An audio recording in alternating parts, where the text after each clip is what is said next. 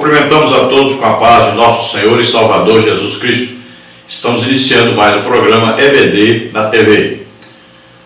Nós estamos durante este segundo trimestre de 2018 estudando as revistas da CPAD com o tema Valores Cristãos, enfrentando as questões morais de nosso tempo. E nós temos como comentarista da CPAD deste trimestre o pastor Douglas Batista, que é um dos líderes da Assembleia de Deus em Brasília, Distrito Federal. Hoje estaremos estudando a lição de número 8, que tem como título Ética Cristã e Sexualidade. Então veja bem que nós temos aí vários sexólogos, várias pessoas entendidas em sexualidade, estudaram para isso, e isso dentro do que? Da ciência, dentro do conhecimento humano. Mas nós estamos estudando, vamos estudar agora, dentro da ética cristã. Ou seja, agora vamos falar sobre sexualidade, tendo como base a Bíblia. Então, tendo como base a Bíblia, todas aquelas pessoas que estudam a Bíblia, a Palavra de Deus, que têm o Espírito Santo, nasceram de novo, são inspirados pelo Espírito Santo, podem falar sobre sexualidade, baseados na Bíblia. Então nós não estamos baseados aqui em psicólogos, em sociólogos, em sexólogos, nada disso. Estamos baseados na Bíblia, a Palavra de Deus. O que diz a Bíblia sobre a sexualidade? O nosso texto áureo diz o seguinte: venerado seja entre todos o matrimônio e o leito sem mácula. Porém, aos que se dão à prostituição e aos adúlteros, Deus os julgará. Hebreus 13, 4. Então a palavra de venerado quer dizer santo, separado, limpo, coisa de Deus, santificada. Seja então o matrimônio, a união entre duas pessoas de sexos opostos. Então a união entre um homem e uma mulher. Então lembre-se que nós estamos estudando aqui a ética cristã e a sexualidade. Então a Bíblia ensina que Deus criou um homem e uma mulher e os uniu. E o sexo, segundo a Bíblia, só pode ser assim, entre um homem e uma mulher. E quando? Somente após o casamento. É depois que Deus os uniu, então é que veio acontecer o sexo entre os dois. Então Deus é quem os uniu. O casamento tem que haver a união aí dada por Deus, porque o casamento é primeiro uma aliança entre o homem e Deus. Depois é que é uma aliança entre o homem e uma mulher. Então primeiro tem que haver o que? A concordância de Deus. Tem que haver o que? A autorização de Deus. Tem que haver o que? A bênção de Deus. É o mais importante do casamento. Então o casamento que começar sem Deus está todo errado. Está fora dos planos de Deus. Não é segundo a vontade de Deus. Então tem que estar de acordo com a palavra de Deus. Então é a união entre um homem e uma mulher. Casaram. Aí Deus abençoa. Deus está nesse casamento. Agora, a função desse casamento, primeiro, é procriação, e a Bíblia diz que os filhos são prêmios de Deus, são que galardão de Deus, são que bênçãos de Deus para o casamento. Então veja só, é importante saber isso, é a união entre o homem e a mulher, tem que haver essa união abençoada por Deus. Depois tem que saber que a primeira função do casamento é a procriação, filhos são bênçãos de Deus. Depois tem que saber que o sexo haverá nesse casamento para haver procriação, e também o prazer sexual. O homem buscará o prazer da mulher, a mulher buscará o prazer do homem. Um cristão, ele quer o quê? Quer que os outros façam com ele aquilo que ele gostaria de fazer com os outros, Então o irmão ama a irmã ama o irmão. Então o que Jesus disse? Amar a Deus sobre todas as coisas e ao próximo como a nós mesmos. Então, no casamento também funciona isso. Você é homem, ama a sua esposa. Você quer sentir prazer? Então você quer que ela também sinta prazer no sexo. Então você vai buscar o prazer dela. Ela ama o seu marido, então ela vai buscar o prazer sexual do seu marido, porque ela quer sentir prazer. Então Deus criou o órgão sexual da mulher e ela tem prazer. E o homem também, Deus criou o homem e o órgão sexual do homem também lhe dá prazer. Então os dois devem sentir prazer nessa relação sexual. Também é preciso saber que nessa relação sexual deve haver o que? Respeito mútuo e sempre estarem de acordo com a palavra de Deus, com a vontade de Deus. Então todo sexo desnatural é pecado. Então a boca não pode ser usada para chegar ao clímax no sexo. Então, também, o ânus não pode ser usado para sexo. Então Deus criou os órgãos sexuais. A mulher só tem um órgão sexual. O homem só tem um órgão sexual. Então, o que foi feito para sair sujeira do corpo humano não pode ser usado para sexo. Então tem que ter muita atenção com isso, porque existem muitos casais que se dizem moderninhos e dizem que vale tudo entre quatro paredes. Vale até ir para o inferno. Então são normas. Deus é quem criou essa união. Deus quem criou o sexo. Deus não parou de criar o homem e disse: Satanás, vem aqui agora e cria aqui essa parte. Não. É de Deus, é coisa boa. Tudo que Deus faz é coisa boa. Aliás, é muito bom. Deus disse: é muito bom. Quando criou o ser humano, ele disse que é muito bom. Agora, quando ele olhou Adão sozinho, ele disse: não é bom. Ele disse: não é bom que o homem esteja só. Então, far-lhe uma adjutora, uma companheira, alguém que vai estar em comunhão com ele, os dois se tornarão um só. Então, quando existe o ato sexual entre o homem e a mulher, se torna ali um só diante de Deus. É coisa santa. Então, não se envergonhe do sexo. Não pense que sexo é pecado, nada disso. Se eu tiver fazendo sexo com a minha esposa e houver um arrebatamento, eu vou perder o arrebatamento. Não existe isso. Deus que criou o sexo. E quando você for arrebatado, seu corpo será transformado em corpo espiritual, corpo celestial. Você vai para o céu, vai morar lá as coisas são espirituais, não vai igual aqui. Lá você vai ter vestes espirituais. Então não fique pensando assim, que sexo é errado, que é pecado, que vai impedir você de ser arrebatado. Não existe isso.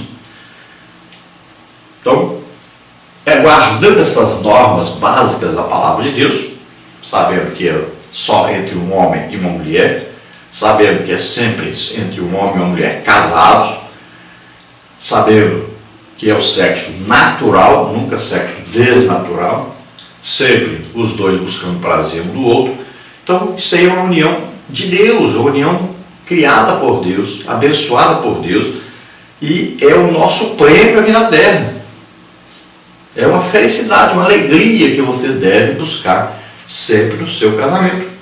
Então a Bíblia aqui, nós vemos um texto áureo aqui, dizendo que o matrimônio é uma coisa maravilhosa, bendita por Deus, né? Ele deve ser feito sem mácula, ou seja, não deve haver sujeira, não deve haver sexo anal, nem sexo oral, nenhum tipo de sexo contrário à palavra de Deus, à natureza do homem.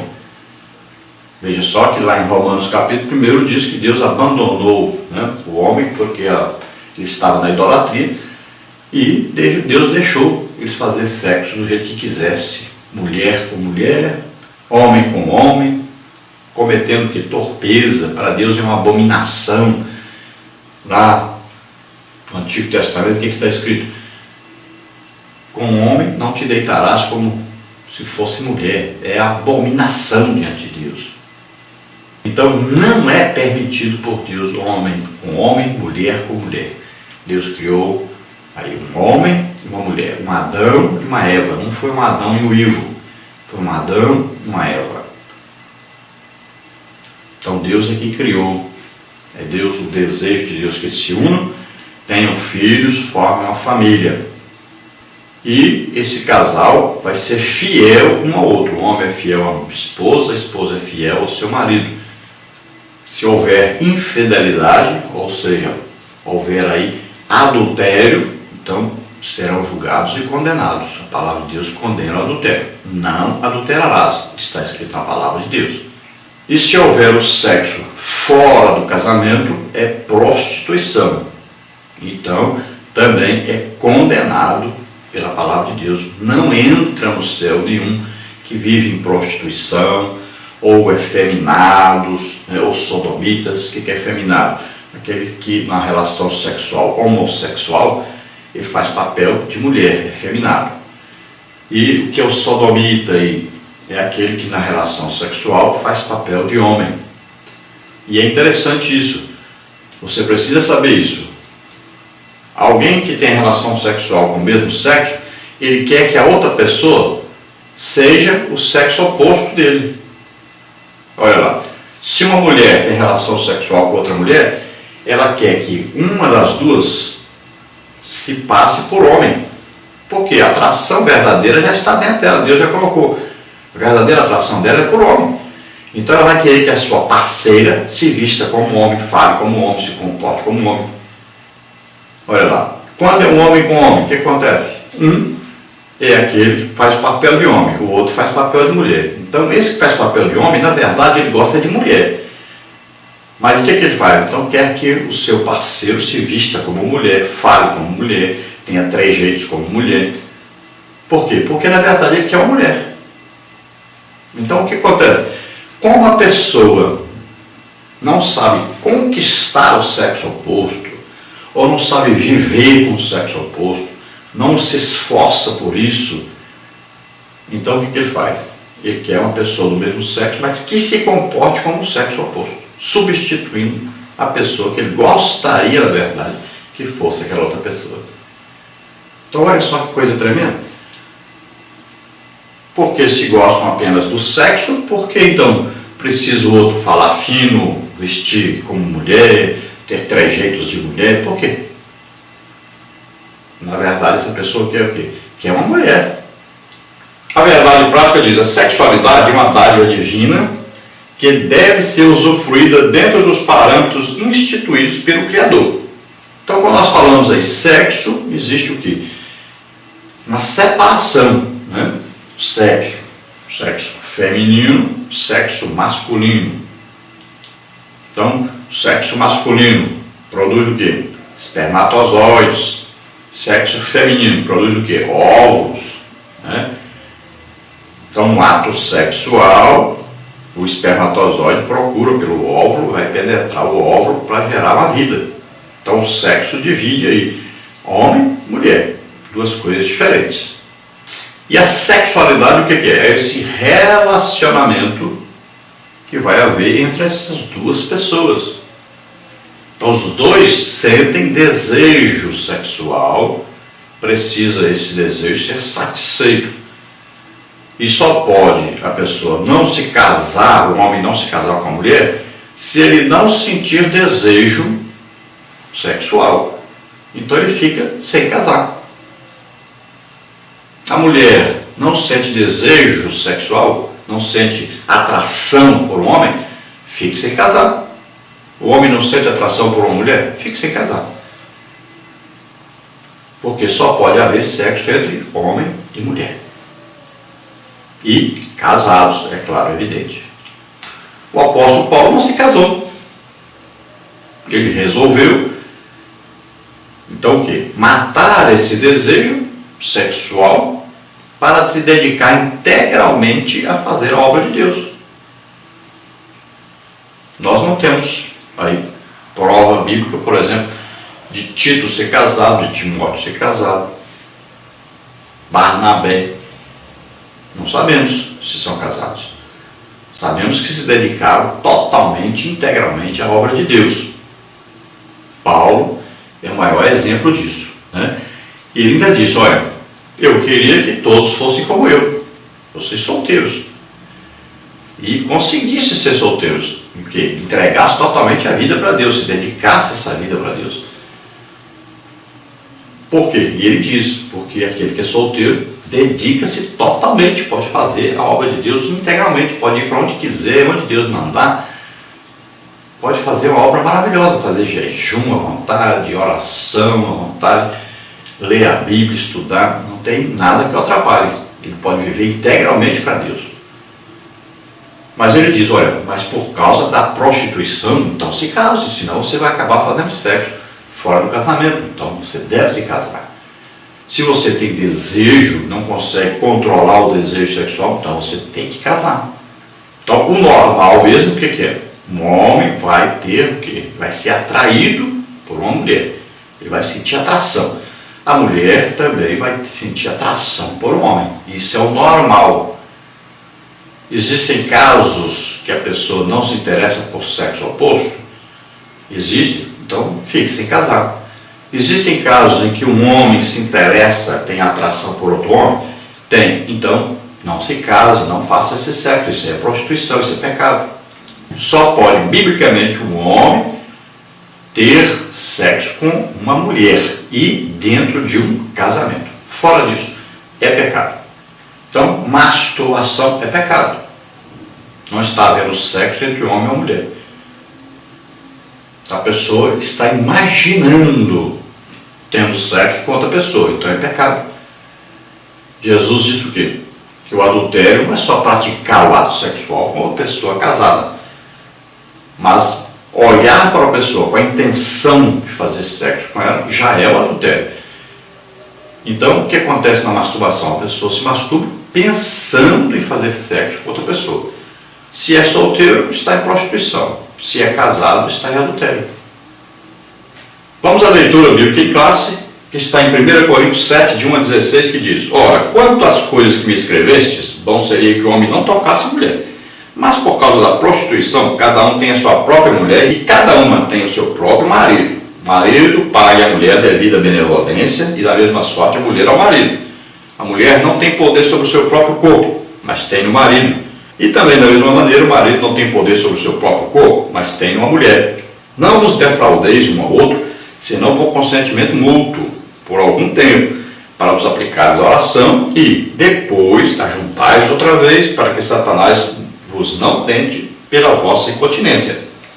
Digo, porém, isso como que por permissão e não por mandamento, porque quereria que todos os homens fossem como eu mesmo, mas cada um tem de Deus o seu próprio dom, um de uma maneira e o outro de outra. Digo, porém, aos solteiros e às viúvas, que lhes é bom se ficarem como eu. Mas se não podem conter-se, casem-se, porque é melhor casar do que abrasar-se.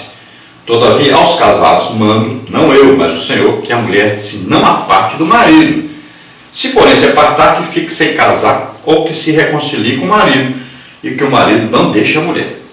Mas aos outros digo eu, não, Senhor, se algum irmão tem mulher descrente, e ela consente habitar com ele, não a deixe. E se alguma mulher tem marido descrente, e ele consente habitar com ela, não deixe. Porque o marido descrente é santificado pela mulher, e a mulher descrente é santificada pelo marido. De outra sorte, os vossos filhos seriam imundos, mas agora são santos. Mas se o descrente se apartar, aparte-se, porque nesse caso o irmão ou irmã não está sujeito à servidão, mas Deus chamou-nos para a paz. Porque de onde sabe a mulher, se salvarás teu marido? Ou de onde sabe o marido, se salvarás tua mulher? Então, que é uma importante leitura que toda a família deve saber, deve entender isso aqui. Então, Paulo vai falar da sua própria experiência, e ele vai dizer que bom seria que o homem não tocasse mulher, vivesse exclusivamente para Deus. Mas ele sabe que isso não é possível. Tem gente que consegue, como ele, Paulo, conseguiu.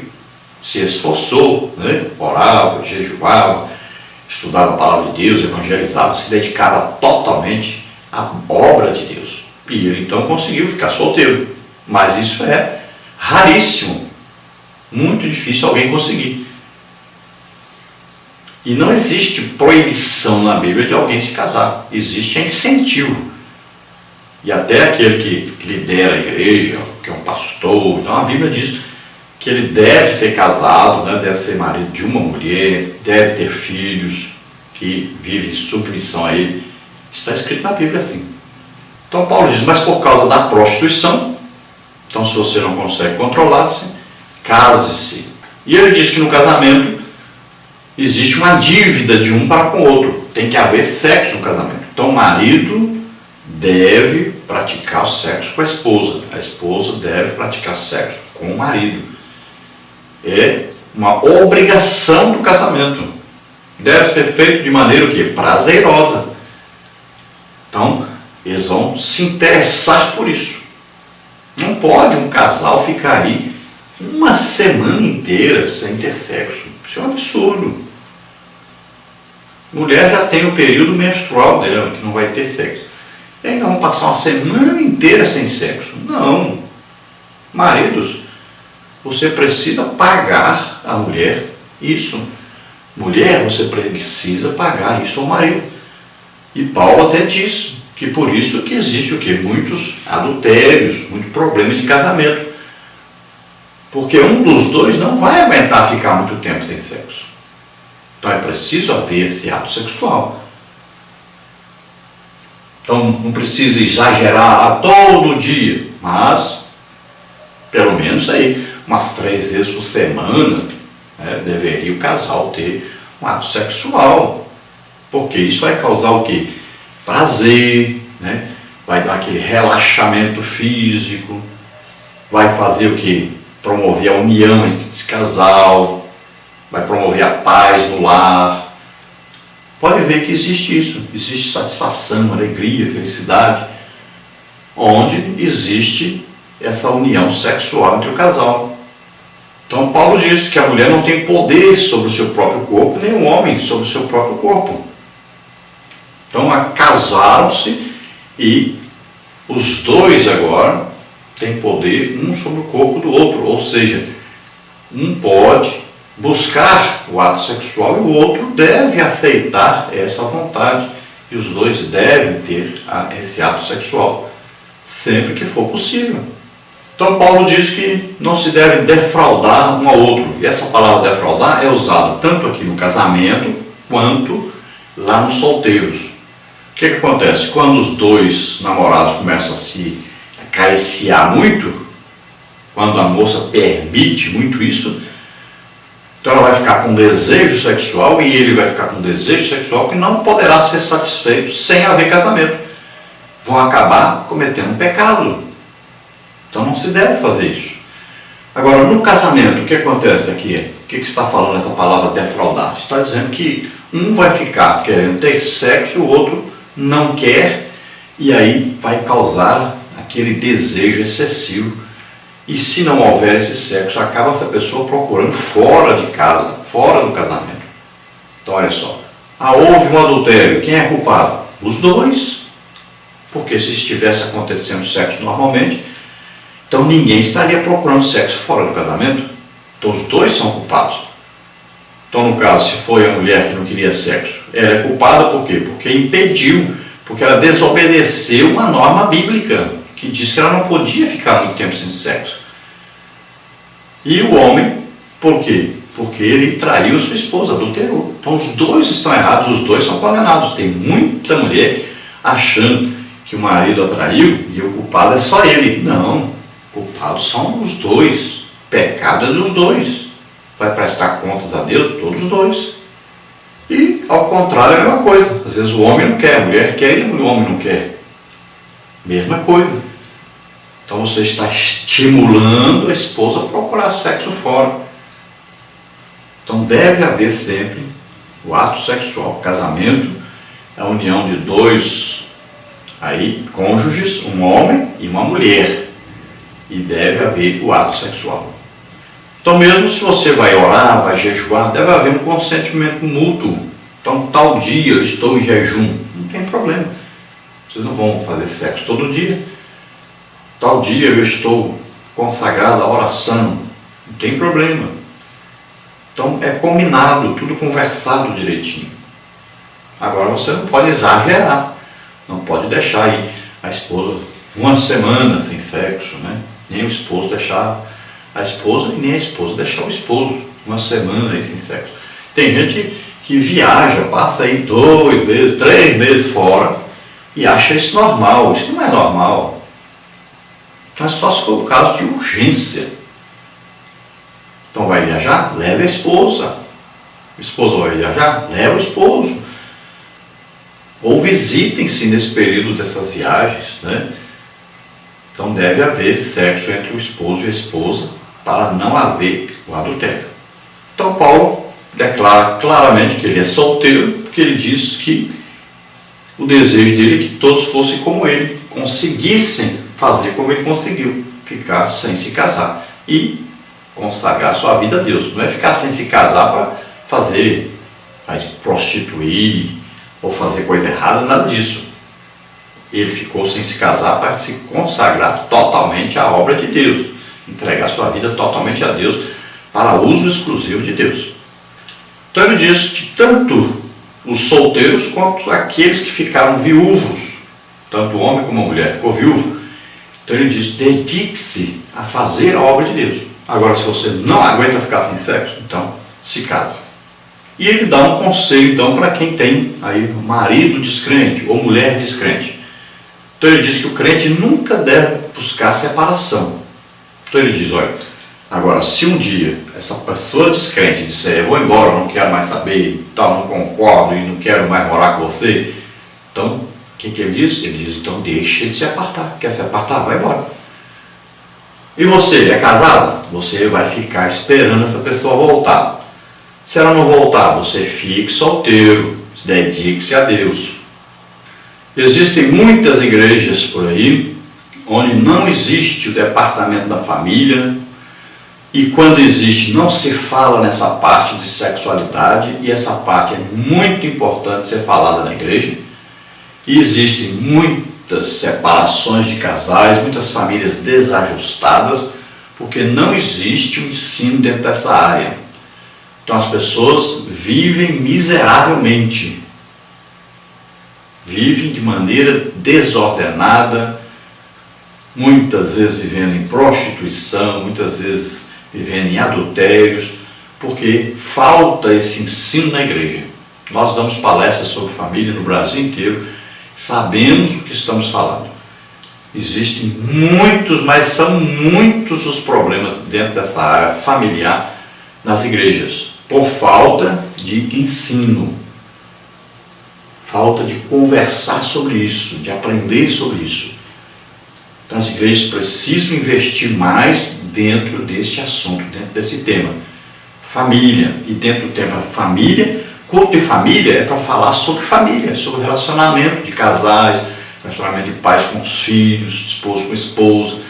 Tem gente que faz aí culto de família e nem sobre família fala. Então deve haver esse assunto, é muito importante. Nós gostamos muito de fazer. Nós fizemos uma vez em Ananindeua, no Palácio, fizemos um culto exclusivo, uma palestra exclusiva para idosos, fizemos uma palestra exclusiva para jovens, onde falamos dessa parte sexual também, e fizemos uma palestra especial separada para casais, onde falamos também dessa parte sexual. Então é muito importante, se cada igreja pudesse fazer isso, de vez em quando, vamos dizer aí, de 3 em 3 meses ou de 6 em 6 meses, fazer uma palestra exclusiva, né? Olha aí, para idosos, para as jovens, para os casais, e falando tanto dos relacionamentos interpessoais aí, como também do que? Do relacionamento sexual, falar sobre o sexo. Isso pode melhorar muito a situação de uma igreja. Vamos então à nossa lição, as partes e os tópicos. Parte número 1, sexualidade, conceitos e perspectivas bíblicas. Tópico 1, conceito de sexo e sexualidade. Tópico 2, o sexo foi criado por Deus. Tópico 3, a sexualidade é a criação divina.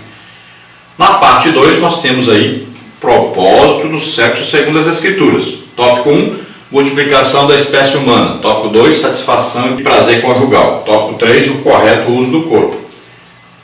Na parte 3 nós temos o casamento como limite ético para o sexo. Tópico 1, prevenção contra a fornicação. Tópico 2, o casamento e o leito sem mácula. Então vamos para a parte número 1, sexualidade, conceitos e perspectivas bíblicas. Então, sexo e sexualidade possuem conceitos próprios, pois ambos constituem-se atos da criação divina. Então, nós vamos ver que sexo é uma palavra que significa uma coisa, sexualidade, outra palavra significa outra coisa. Vamos ver então. Tópico 1, então, conceito de sexo e sexualidade. A biologia define sexo como um conjunto de características orgânicas que diferencia o macho da fêmea. O sexo de um organismo é definido pelos gametas que produzem. Gametas são células sexuais que permitem a reprodução dos seres vivos. O sexo masculino produz gametas conhecidos como espermatozoides. E o sexo feminino produz gametas chamados óvulos. A expressão sexo ainda pode ser usada como referência aos órgãos sexuais ou à prática de atividades sexuais. Já o termo sexualidade representa o conjunto de comportamentos, ações e práticas dos seres humanos que estão relacionados com a busca da satisfação do apetite sexual, seja pela necessidade do prazer ou da procriação da espécie. Então você entendeu direitinho aí. Sexo tem a ver então com a separação, a diferenciação. Então o sexo masculino produz o que? Gametas masculinos, que é o que? São os espermatozoides. Sexo feminino produz o que? Óvulos, gametas femininos, óvulos. Então olha só, na relação sexual vai haver o que? A união, então, esse espermatozoide vai procurar pelo óvulo para gerar o que? Uma vida. Então só pode acontecer a geração de uma vida com a união sexual entre o que? Entre um homem e uma mulher.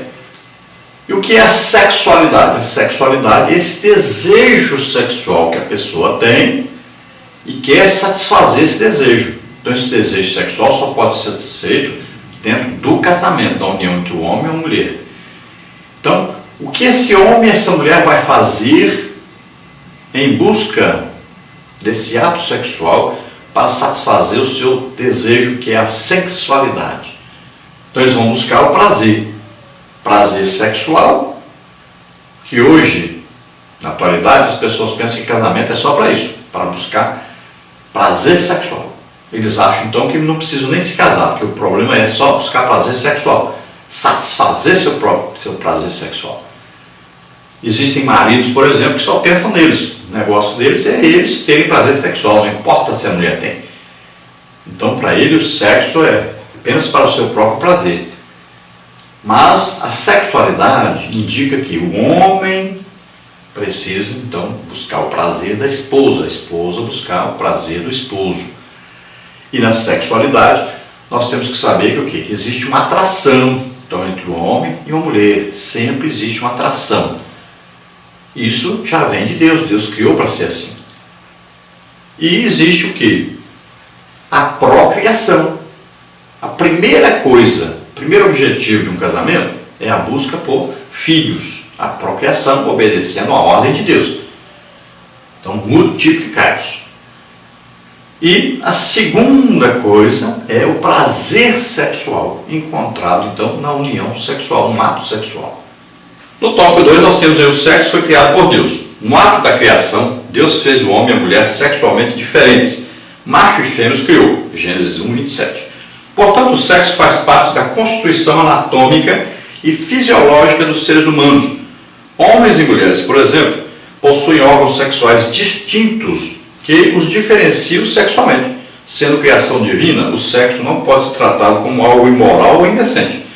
As Escrituras ensinam que ao término da criação, viu Deus tudo quanto tinha feito, e eis que era muito bom. Gênesis 1, 31. Desse modo, o sexo não deve ser visto como algo pecaminoso, sujo ou proibido. Tudo que Deus fez é bom. O pecado não está no sexo, mas na perversão de seu propósito. Então Deus criou o homem diferente da mulher. Então, homem, vamos dizer assim, tem torneirinha, mulher não tem. Pronto, são diferentes. Deus criou assim para serem diferentes. Então o homem deve se interessar por uma mulher, a mulher deve se interessar por um homem. E devem procurar o quê? Se casarem, para a partir daí então, fazerem sexo. Terem a partir daí uma relação sexual entre eles. Então existe aí uma diferença anatômica, quer dizer, o órgão sexual masculino Então tem ali aqui o pênis, o órgão sexual feminino. Então é diferente. Olha aí, não são iguais. Então anatomicamente são diferentes. Fisiologicamente são diferentes também. Então o homem, ele foi feito e colocado nele que é a semente que gera a vida, o espermatozoide. A mulher foi colocada nela aqui, o óvulo que vai receber esse espermatozoide para que ali seja gerada uma vida. Então o homem não é capaz de quê? De guardar ali um ser humano e ele ser desenvolvido dentro dele. Mas ele tem a semente para produzir a vida. A mulher, ela tem a capacidade de receber essa semente, que vai penetrar o óvulo, e ela tem a capacidade de quê? De gerar essa vida. A vida vai crescendo, desenvolvendo dentro dela. Deus fez assim, são diferentes, completamente diferentes um do outro. E nós vamos ver que existem também diferenças físicas, né? Grandes diferenças. Por exemplo, aí o gogó, né? Do homem. Vamos ver aí seios que as mulheres têm, os homens não têm. Então você vai olhar que são feitos diferentes. E Deus fez o quê? Para que os dois pudessem se unir. Sexualmente também. É Deus quem criou o sexo. E é Deus que colocou no homem esse desejo do homem pela mulher, a mulher pelo homem. Então, isso é coisa de Deus. Deus não foi criar o homem e de repente parou e disse, não, espera. Satanás vem aqui e cria aqui essa parte sexual. Não, não foi assim.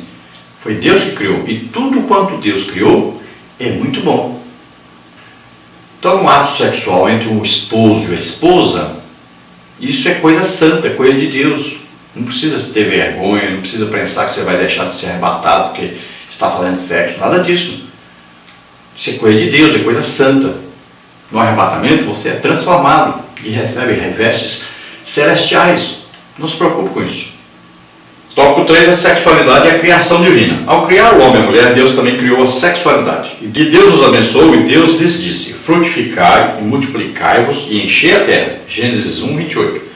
O relacionamento sexual foi uma dádiva divina concedida ao primeiro casal, bem como às gerações futuras. Deixará o varão seu pai e sua mãe, apegar-se à sua mulher e serão ambos uma carne. Gênesis 2, 24.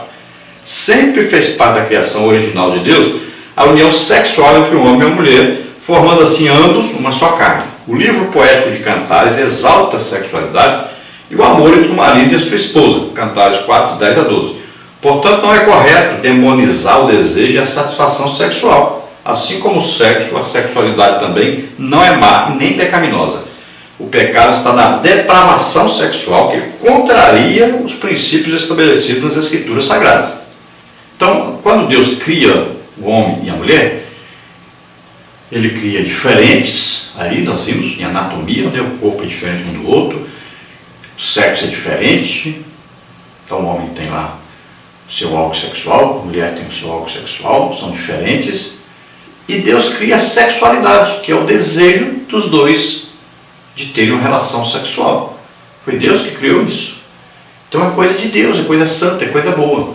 Então quando há esse casamento, que vem então a bênção de Deus sobre o casal, então eles vão agora fazer o quê?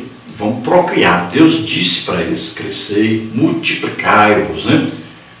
Frutificai, enchei a terra. A terra está cheia? Não, você anda aí na estrada às vezes 50, 100 quilômetros sem encontrar uma só pessoa, uma só casa. A terra está vazia, tem muito lugar ainda, viu?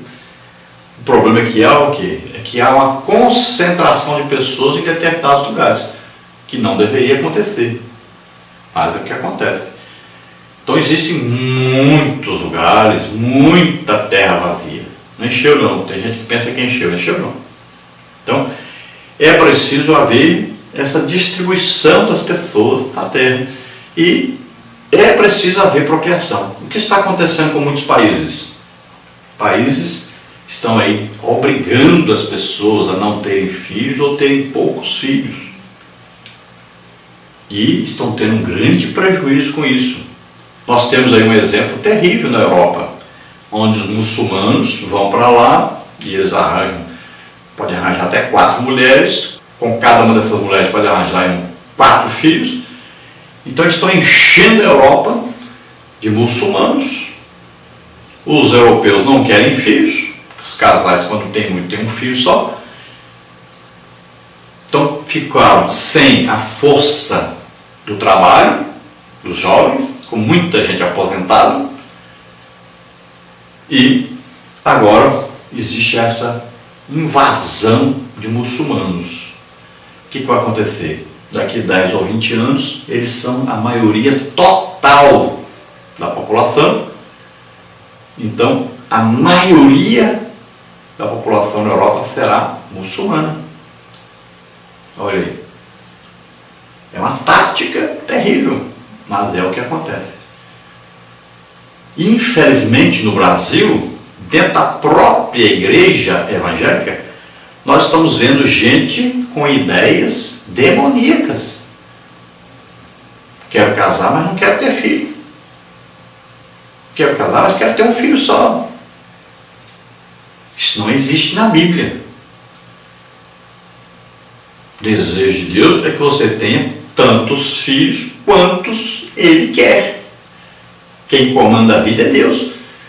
Quem vai dizer quantos filhos você vai ter é Deus.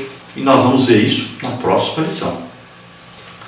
Então, o sexo entre um homem e uma mulher, casados, não é pecado, está tudo bem, desde que seja feito de modo natural. Nada de sexo anal e sexo oral. E nem inventar essas coisas de homem bater na mulher, para a mulher sentir prazer, não sei o quê. Nada dessas perversões que são pecado. Então, o que é pecado na sexualidade? É quando existe, então, um desejo de satisfação sexual contrário à palavra de Deus, ou usando, né, o órgão errado para o prazer. Nós sabemos, por exemplo, que numa relação sexual anal, então a mulher não sente nenhum prazer, nem homem nenhum sente prazer nenhum no ato sexual anal. Ânus não foi feito para dar prazer. Então ali é para saída de excrementos, né? Daquilo que sobra, daquilo que é sujo. É para sair. E em Romanos capítulo 1 diz que os homens receberam em si mesmos a recompensa pelo seu erro de adorar outros deuses. Deus abandonou então homem com homem, mulher com mulher. Receberam a recompensa. E a recompensa está aí. São as DSTs, né? São as doenças sexualmente transmissíveis. E a principal, a AIDS. Então é resultado disso. Então é a depravação sexual. Isso é pecado. Na parte 2 nós temos o propósito do sexo segundo as Escrituras. Tópico 1, multiplicação da espécie humana. Tópico 2, satisfação e prazer conjugal. Tópico 3, o correto uso do corpo. Tópico 1, então, multiplicação da espécie humana. A finalidade primordial do ato sexual refere-se à procriação. Deus abençoou o primeiro casal e disse-lhes: frutificai e multiplicai-vos e enchei a terra. Gênesis 1, 28. Tal como o Criador ordenara a procriação dos animais, Gênesis 1, 22, também ordenou a reprodução do gênero humano. Neste ato, Deus concedeu ao ser humano os meios para se multiplicar, assegurando-lhe a dádiva da fertilidade. Depois da queda no Éden, Gênesis 3, 11 e 23, e a consequente corrupção geral, Gênesis 6, 12 e 13, o Altíssimo enviou o dilúvio como juízo para eliminar o gênero humano, Gênesis 6, 17, exceto Noé e sua família, como está em Gênesis 7, 1. Passado o dilúvio, Noé recebeu a mesma ordem recebida por Adão. E abençoou Deus a Noé e a seus filhos e disse-lhes: frutificai e multiplicai-vos e enchei a terra. Gênesis 9, 1. A terra, que outrora fora despovoada, agora deveria ser repovoada por Noé, a fim de dar continuidade aos desígnios divinos. Gênesis 3, 15, confere com Romanos 6, 20. A finalidade primordial, primeira, do sexo entre um homem e uma mulher casados é procriação, é ter filhos. É uma ordem de Deus, é o desejo de Deus. Se você quer casar e não quer ter filhos, então não se case. Veja bem, isso é sério, muito sério. Os filhos são bênçãos de Deus, é o galardão, o prêmio de Deus para um casamento. Se você não quer filhos, não se case. Se você não quer filhos, não faça sexo. Isso é importantíssimo. Pense nisso, você que quer se casar ou você que já é casado. Se você não quer filhos, não se case. Se você é casado e não quer filhos, você está em pecado, em desobediência a Deus. Deus já destruiu toda uma geração de seres humanos sobre a terra por causa do pecado, por causa da desobediência. Então cuidado para que você não esteja caminhando para o lado errado, contrário à palavra de Deus, ao desejo de Deus.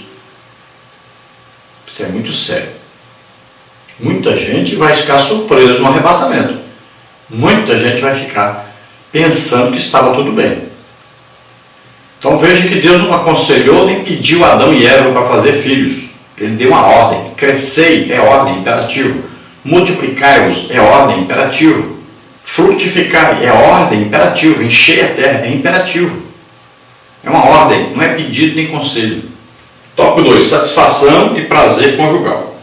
Por muito tempo ensinou-se que a procriação era o único propósito da relação sexual. O Concílio de Trento, em 1545 a 1563, disciplinou a prática sexual com fins exclusivos de reprodução e proibiu o sexo aos domingos, nos dias santos e no jejum quaresmal. Não obstante, a Bíblia também se refere ao sexo como algo prazeroso e satisfatório entre o marido e sua esposa. Seja bendito o teu mananciar e alegra-te com a mulher da tua mocidade. Provérbios 5, 18 e 19. E ainda, goza a vida com a mulher que amas. Eclesiastes 9, 9. Assim, na união conjugal, como também ensina o Novo Testamento, o homem e sua mulher devem buscar satisfação sexual, como está em 1 Coríntios 7, 5. Então vimos, primeira coisa, da união do homem com a mulher, no ato sexual, é buscar o quê? Procriação, filhos. Segunda coisa, então, prazer sexual. Então a pessoa diz, eu sou crente, sou cristão, amo a minha esposa. Mas ele não espera a esposa ter prazer sexual. Ele não faz nada para que ela tenha prazer sexual. Só pensa em si próprio. E a união sexual, ela não pode haver aí egoísmo. É uma relação altruísta, ou seja, o homem deve buscar o prazer da sua esposa. A esposa deve buscar o prazer do seu esposo. Só pode ficar satisfeito se os dois alcançarem prazer sexual. Então devem conversar um com o outro. Deve haver carícias, beijos, abraços, palavras que vão estimular a outra pessoa a alcançar também o prazer sexual. Então o homem precisa aprender isso. Então Deus uniu duas pessoas completamente diferentes. Então a mulher, ela precisa de um estímulo maior. Até se diz que a mulher começa a fazer sexo de manhã cedo. Quando o marido sai, ele dá um beijo, um abraço, falar te amo, ligar para ela durante o dia. Tudo isso para ela já é o início do sexo. Então ela vai estar preparada para de noite haver esse ato sexual. Já o homem não. O homem olhou para a mulher e já está pronto. E quer fazer rapidinho e pronto. A mulher é completamente diferente. Então deve haver entendimento no homem para que ele possa fazer de tudo para que a sua esposa alcance o prazer sexual. De preferência, juntos, na mesma hora, no mesmo instante que um estiver sentindo prazer, o outro também deve sentir. Você busque e vai conseguir. Então eu não estou falando de coisa que me falaram, que eu li no livro. Não, é prática. Então você vai conseguir se você se esforçar. Então procure sempre a satisfação sexual da sua esposa. E a esposa procure a satisfação sexual do seu esposo. É assim que deve ser feito o ato sexual. Então, antigamente, nas igrejas, principalmente tradicionais, aquelas igrejas que começaram lá, elas tinham esse negócio de falar que o ato sexual era só para procriação, que não deveria nem haver prazer. Nós temos, por exemplo, no islamismo, os muçulmanos, que mandam até castrar as mulheres, retirar o clitóris, para que elas não sintam prazer sexual. Acho que isso é um pecado. Tem religiões malucas por aí. muitas desse jeito. Mas Deus criou os dois para sentir prazer sexual. Não é pecado ter prazer sexual. Não é errado ter prazer sexual. Então o casal é cristão, deve ser altruísta nessa relação sexual. O homem buscando o prazer da sua esposa, a esposa buscando o prazer do seu esposo. Então, mulher, aprenda uma coisa: o homem não pode ser muito estimulado nessa hora. Quem tem que ser estimulado é a mulher. Porque o homem, naturalmente, ele olhou para a mulher, já está estimulado. Então, você, cuidado, se você estimular demais, vai perder a bênção. Então, cuidado com isso. Tópico 3, o correto uso do corpo. No ato sexual ocorre a fusão de corpos. Assim não são mais dois, mas uma só carne. Mateus 19:6. O sexo estabelece um vínculo tão forte entre os corpos que os torna uma só pessoa. Como os nossos corpos são membros de Cristo, 1 Coríntios 6,15, e templo do Espírito Santo, 1 Coríntios 3,16, as Escrituras proíbem o uso do corpo para práticas sexuais ilícitas, 1 Coríntios 6,16. São condenadas, dentre outras, as relações incestuosas, Levíticos 18:6-18, o coito com animal, Levíticos 18:23, o adultério, Êxodo 20:14, e a homossexualidade, Romanos 1:26-27. O corpo não pode servir à promiscuidade, 1 Coríntios 6:13, mas deve glorificar a Deus, o nosso Pai, 1 Coríntios 6:20.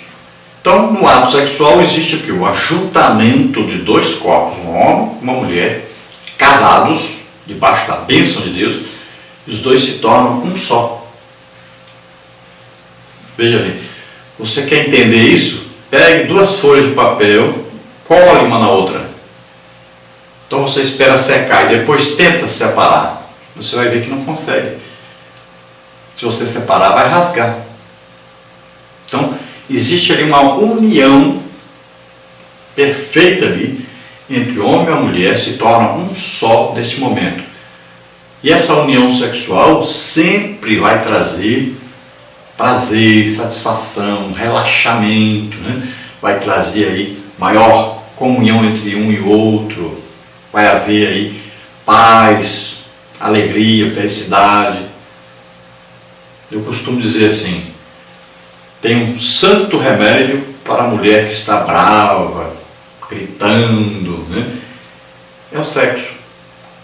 Os filhos percebem na mesma hora, quando existe um ato sexual prazeroso, a mulher já acorda feliz, cantando, alegre, né? E o homem também houve um relaxamento, não está mais com aquela tensão, aquele estresse do trabalho. Então é preciso. Pense nisso. Deus criou para nós, para o nosso prazer, para a nossa alegria, felicidade, o ato sexual, o prazer sexual. Então, relaxe, seja feliz, pratique mais. Você é casado, você é homem, você é mulher, pratique mais. Faça com amor, com carinho, faça buscando o prazer um do outro, sempre debaixo da bênção de Deus. Então, dentro do correto uso do corpo, saiba então que o sexo é entre o homem e uma mulher, sempre casados, e o sexo deve ser natural. Então, são usados o membro sexual feminino, membro sexual masculino. A união desses dois é que é o sexo natural. Fora disso, é desnatural, então é pecado. Então, o homem com animal é pecado. O homem com homem é pecado, mulher com mulher é pecado. Sexo anal, pecado. Sexo oral é pecado. Não se encontra prazer a não ser no ato sexual usando o órgão sexual masculino e o órgão sexual feminino. Esse prazer é que é natural. Então, se você alcançar o prazer sexual de outra maneira, já não é natural. Então, por isso que a masturbação é pecado. Você está pensando em outra pessoa, está substituindo uma pessoa por sua mão ou por qualquer objeto. Parte 3 do casamento como limite ético para o sexo. O casamento é o legítimo limite ético dos impulsos sexuais que podem ser satisfeitos sem que se incorra em atos pecaminosos. Então o casamento vai ser o quê? O limite para o sexo. Fora do casamento, todo o sexo praticado fora do casamento é pecado. está sendo contrário à vontade de Deus. É uma desobediência a Deus, é uma abominação diante de Deus. Tópico 1, prevenção contra a fornicação. Tópico 2, o casamento e o leito sem mácula. Tópico 1, então, prevenção contra a fornicação. A fornicação está relacionada ao contato sexual entre pessoas solteiras, ou seja, não casadas. Para prevenir este pecado, o apóstolo Paulo orienta os cristãos a se casarem, por causa da prostituição ou fornicação. Cada um tem a sua própria mulher e cada uma tem o seu próprio marido. 1 Coríntios 7:2. Os ensinos de Paulo ratificam o propósito divino do casamento, ou seja, um homem para cada mulher. Gênesis 2:24. Este princípio também foi definido por Jesus. Deixará o homem pai e mãe e se unirá à sua mulher. Mateus 19:5. Deste modo, a legitimidade cristã para a satisfação dos apetites sexuais entre um homem e uma mulher restringe-se ao casamento monogâmico heterossexual. 1 Coríntios 7:9. Toda prática sexual realizada fora destes moldes constitui-se em sexo ilícito. Então, olha aí, para aqueles que se prostituem, para aqueles que vivem fornicação, então é pecado e estarão condenados, não subirão no arrebatamento. Perder a salvação. Então o sexo é sempre entre o homem e uma mulher. É um homem só, uma mulher só. Olha só. É monogâmico, quer dizer isso. Um homem só, uma mulher só. E é o que? Heterossexual quer dizer o quê? Tem que ser um homem e uma mulher. Esse é aí o molde. Esse aí é o parâmetro da palavra de Deus. Então a sexualidade, segundo a ética cristã, segundo a Bíblia, segundo a vontade de Deus, é essa. Qualquer sexo fora do casamento é pecado. No tópico 2, o casamento e o leito sem mácula. As Escrituras ensinam que o casamento é digno de honra, Hebreus 13:4, e que a união conjugal deve ser respeitada por todos, Mateus 19:6. O leito conjugal não pode ser maculado por ninguém. Quem o desonrar não escapará do juízo divino. Hebreus 13:4b. Aqui a desonra refere-se ao uso do corpo para práticas sexuais ilícitas, com ênfase nos casos de relações extraconjugais, 1 Coríntios 6:10. Inclui também as relações conjugais resultantes de divórcios e de segundo casamentos antibíblicos, Mateus 19:9. Embora muitas vezes os imorais escapem da reprovação humana, não poderão fugir da ira divina, Naum 1:3. A praxis da sociedade e a condescendência de muitas igrejas não invalidam a palavra de Deus. Então, o leito sem mácula tanto quer dizer relação sexual fora do normal, fora do natural, quanto também implica em dizer sobre a relação sexual aí, extraconjugal, ou seja, o adultério, que é pecado.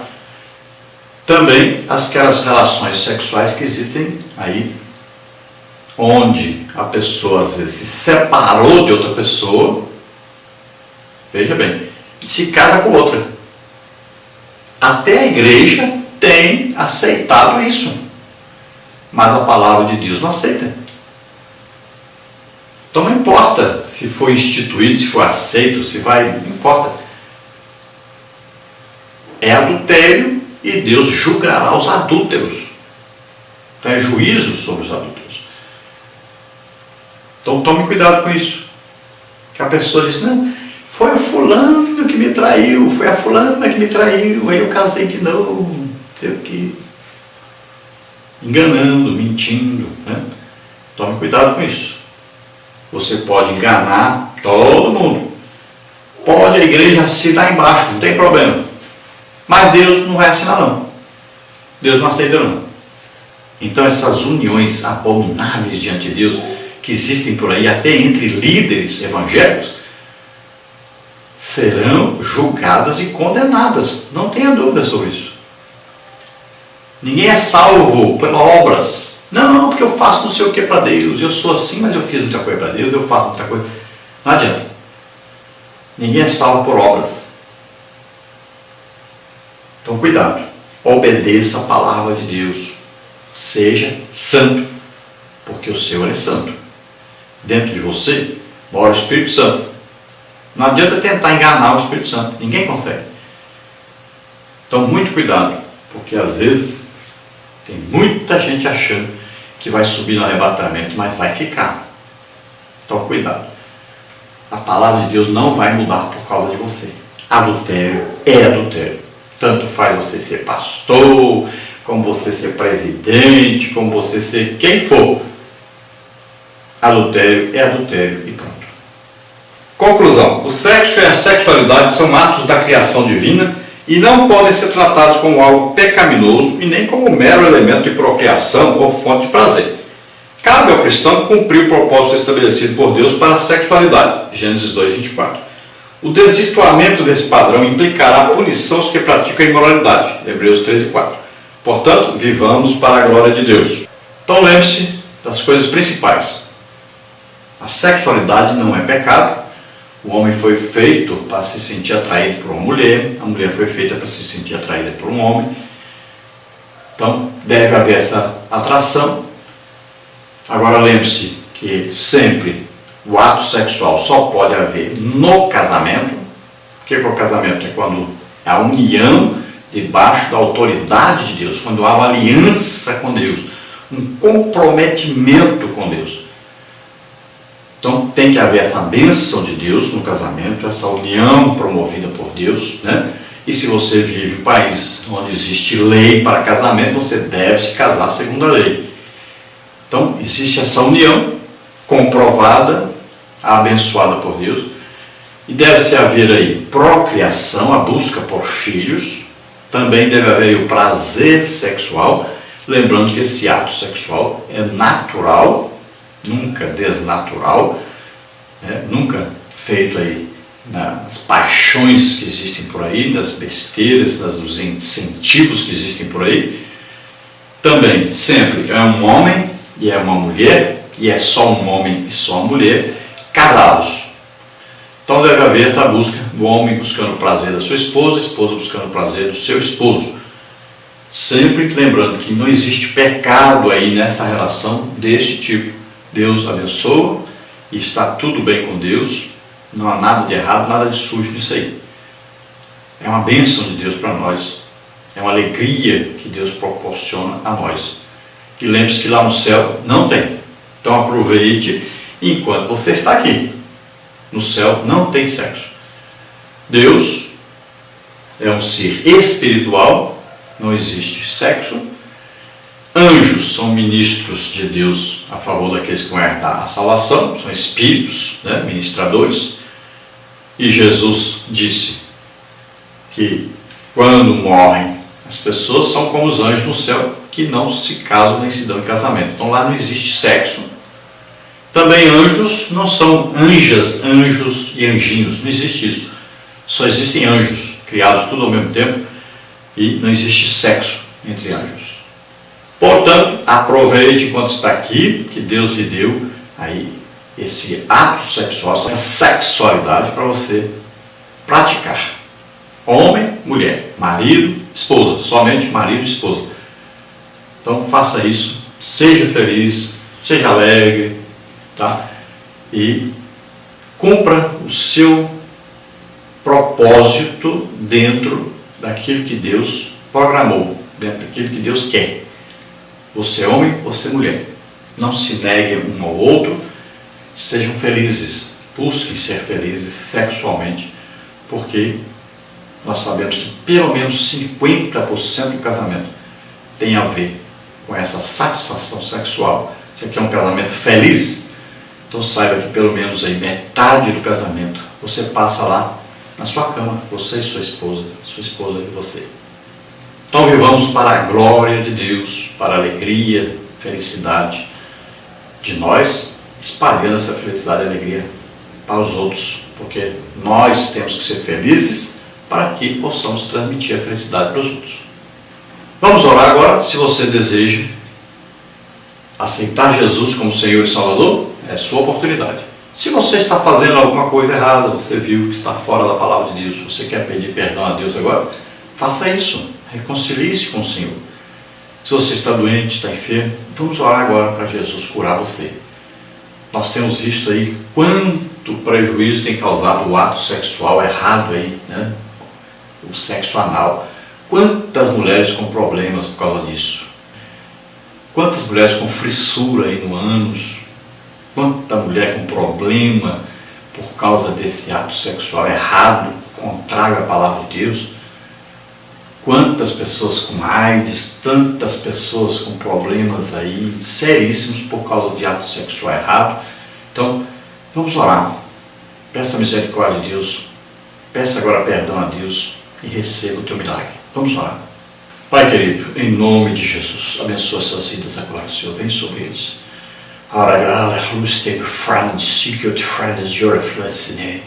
Se alegre na luz de Deus, no caminho que Deus coloca agora diante de você.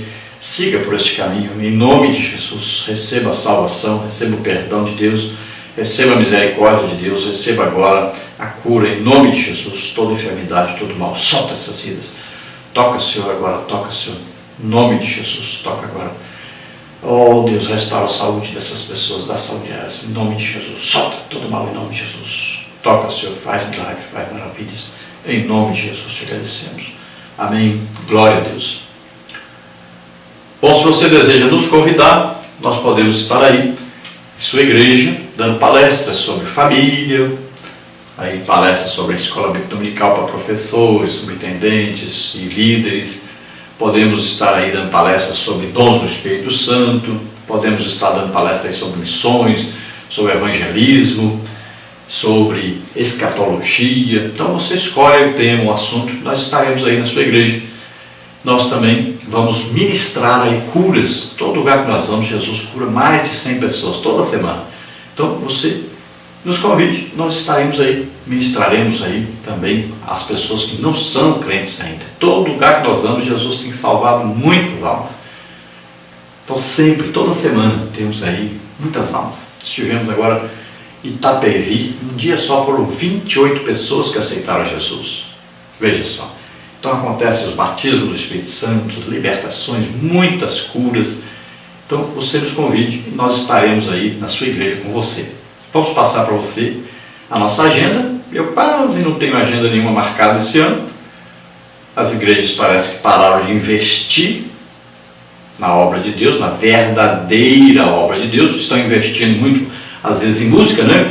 Pagam aí 10 mil, 20 mil, 30 mil para levar um bonitão, uma bonitona para cantar 2, 3 músicas. Às vezes a pessoa está até em adultério, que a maioria está vivendo assim mesmo, e é apenas emoção, não acontece nada. Ninguém foi curado, ninguém foi batizado do Espírito Santo, não houve salvação de almas praticamente nenhuma, e é o que está acontecendo. Estão investindo errado. Imagine 100 pessoas curadas na igreja. Sabe quanto dá isso? 30 mil reais por mês que estão gastando em farmácias e médicos, jogando dinheiro fora. Nisso você não quer investir, mas na diversão aí você quer investir. Então veja só, nos convide, nós queremos estar aí com você na sua igreja. Nós só temos então 4 agendas marcadas nesse ano e você pode marcar qualquer outra data. Então mês de novembro nós não temos mais espaço no mês de novembro, mas temos em outros meses. Vamos passar para você agora. Então nós temos marcado aí em Araguaína, Tocantins, dia 9/6, a festa do Círculo de Oração. Temos marcado aí dia 29 e 30 do mês 9, São José dos Campos, que é uma palestra de EBD para professores, superintendentes, obreiros, né, os interessados, os líderes. Dia 3 e 4 do 11 estaremos em Barueri, São Paulo, a festa também do Círculo de Oração. Dias 16, 17 e 18 do mês 11 estaremos nas Ilhas Martha's Vineyard, lá nos Estados Unidos, uma festa de jovens. Dia 24 e 25 do 11 estaremos em Japeri, Rio de Janeiro, um curso de capacitação para professores, e também vamos ter lá manhã avivada no domingo e também culto para ganharmos almas. E é só isso que nós temos marcado. Então você nos convide e nós estaremos aí junto com você, na sua igreja, e vai ser uma bênção. Deus abençoe a todos, então a paz do Senhor.